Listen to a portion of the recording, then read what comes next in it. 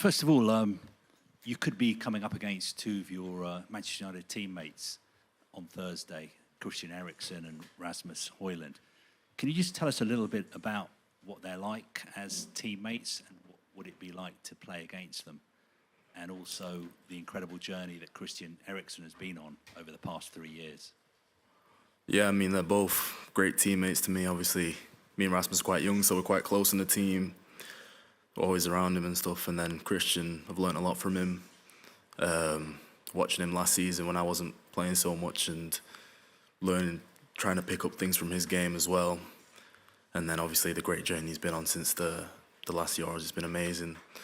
Being able to be around him so close, he's such a good player.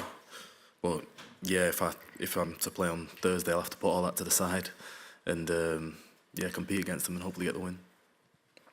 I was reading that Wayne Rooney said that you should be starting in midfield for England, especially in the knockout games.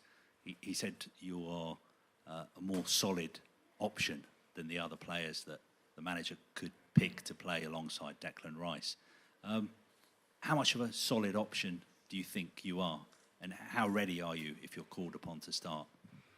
Yeah, I mean, I'm always ready to play, whether that's off the bench or starting. Well, obviously there's other great midfielders in the squad, as we know, in the Premier League and also in the league like Jude. So I'm just trying to train hard and be ready when I'm chosen upon. I just want to ask you about Jude as well. He's obviously the man of the moment. What is he like to train with, and what is he like as a teammate? And also, he's one of the favourites to win the Ballon d'Or this year. Do you think it's just a matter of time before he wins it?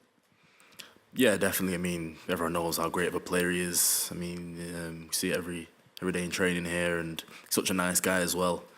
And to train with him, it's really good. He's demanding. You know, he has high standards that he sets and expects. So to play with him and be around him is great, obviously, and things he's done at Real Madrid, and it's rightly so that he's a contender for the Ballon d'Or. Go Alex Howe next, then James, and then go back to Alex. Hi, Kobbie. At the beginning of the season, you played in pre-season against Arsenal, and then you got injured in the second game against Real Madrid. You've had such an amazing breakthrough season, but were you worried it wasn't going to come for you then, as you didn't play until November? Yeah, I mean, it was a tough one to take, the injury against Real Madrid. And took me a day or two for it to sink in that it had happened. And then after that, it was just focusing on getting back and trusting the process, trusting the medical team that they'd get me back and I'd be in better shape and in a better position when I come back. So it's just all about patience and timing, really. What did the manager say to you during that time? What was it waiting like, knowing you're going to have the breakthrough season, probably the most important of your career? Yeah, I mean, I didn't know what the season would look like when I came back. I mean, when I did come back into training, I played a few games with the under-21s. And yeah, I'm just glad he had the belief with me, and grateful he had the belief in me to put me in against Everton.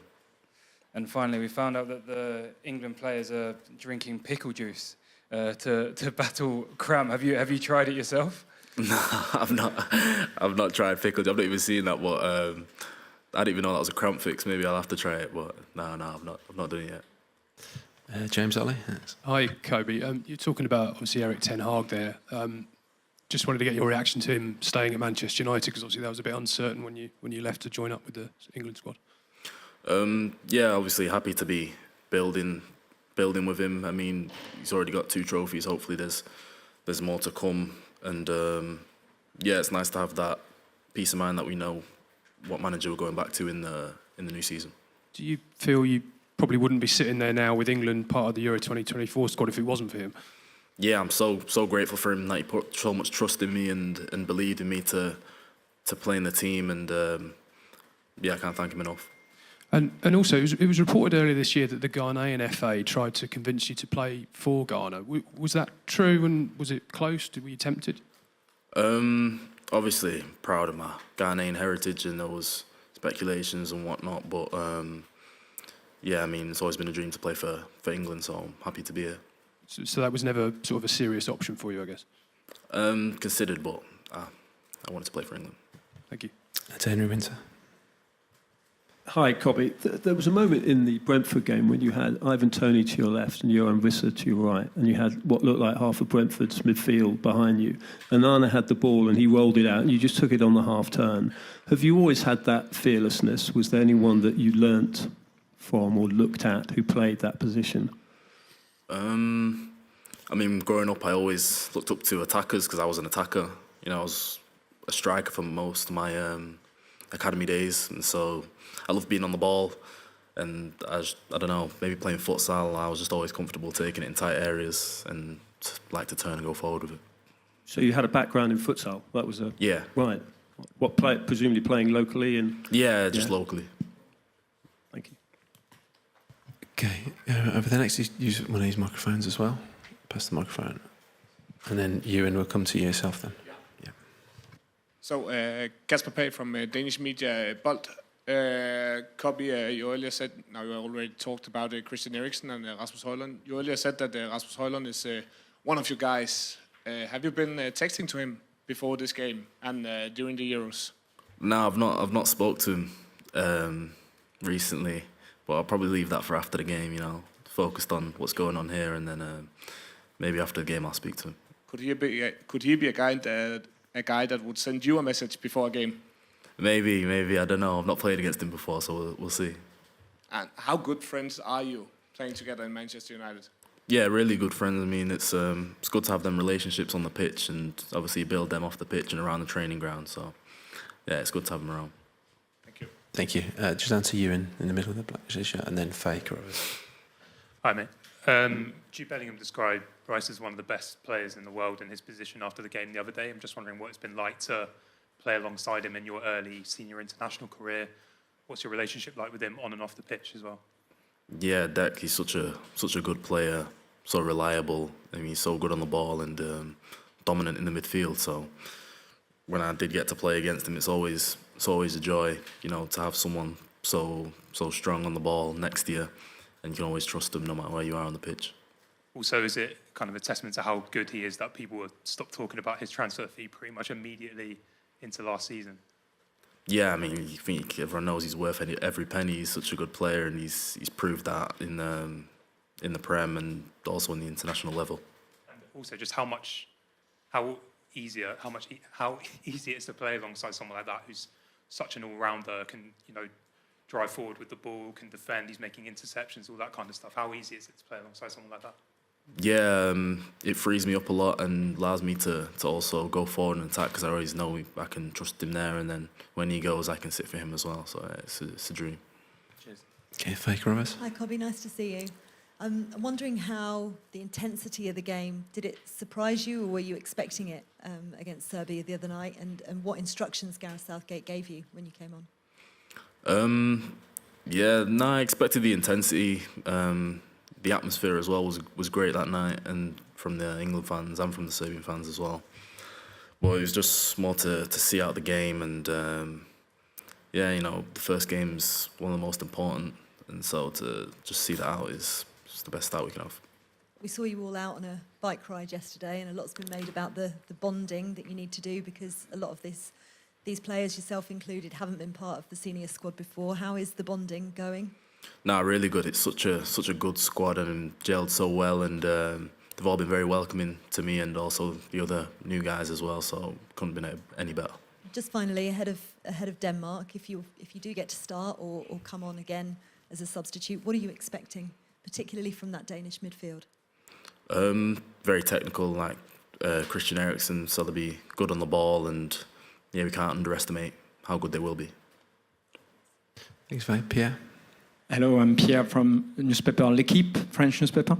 I have two questions about Phil Foden. The first one is that you're coming from Stockport, the same town as him. So is it something you talk about with him? Because it's quite uncommon that two great players come from the same place, actually. You say Foden? Yeah. In fact, I think it was yesterday we were talking about, we were naming all the local teams that we both used to play against and for, and it was with Cole Palmer as well, because he's from a similar area. So yes, we were talking about all our grassroots sides and stuff. It's nice to have someone who's near to where I live here. Perfect. And Anthony Gordon recently said about Foden that in training is out of the world, is very impressive. Do you have the same impression that in training Foden is technically very good? Yeah, I mean, on the ball, his first touch is crazy. He's so technical. And I mean, I think everyone sees that in the Prem and then on the international level as well. Just to Mark Van Bryan, so then we'll go towards the back. Hi, Kobbie. Well done at the darts, even though it's quite lucky. You said to Henry there about that you played as a forward. I just wondered, therefore, which players did you look up to that played in that position? Obviously, growing up a United fan, Rooney. And then it wasn't so much just strikers as well, because I always loved Ronaldinho. Used to watch him on YouTube a lot growing up. And yeah, mostly United players, to be honest. Have you had any interactions with Wayne at all? No, not in person. I've not spoken to him before. No. But then when he says something like he said about you wanted to play, and you looked up to him when you did, that must be quite nice. Even made that even more important. Yeah, 100%. I always appreciate it coming from a legend of football and of the club that I play for. So yeah, it's always amazing to receive compliments like that. Thanks, Mark. If you pass them up, that's Paul Byrne at the back. Thank you. Hi, Paul Byrne, the Daily Mirror. UEFA have launched an investigation to alleged discrimination chanting at the match on Sunday. I just wonder whether yourselves or the players were aware of any such incidents or whether you've discussed it since. No, I've not. I only heard about it on the way over, but as it's an ongoing investigation, I'll leave it to UEFA to decide whatever's going on with it. Okay. Also, obviously, momentum builds in the tournament. Kick-off tomorrow at 6 o'clock here, 5 o'clock home. A lot of people finishing work early to watch the game. Any message for all the millions of TV viewers who'll be watching at home? All the support is appreciated. I mean, especially because we feel it most in the stadium. It was amazing against Serbia. So I just hope everyone tunes in and supports us. Great. Any further questions in this section? Just give us Kieran here. And then we'll move on to embargo. Thank you. Hi, Kieran Canning from AFP. You've mentioned there a couple of times about being a striker when you were younger. How did that sort of process then turn into you becoming a midfielder? Was there a particular coach that saw something in you that you could play a bit deeper in the pitch? And how did you find that sort of adjustment? It was more because I was getting a bit frustrated playing striker. I wasn't getting the ball a lot, and I love to have the ball. So I think it was more natural for me to move back. I played 10 for a bit. I played on the wing, and then more recently started to play centre mid, and I love it.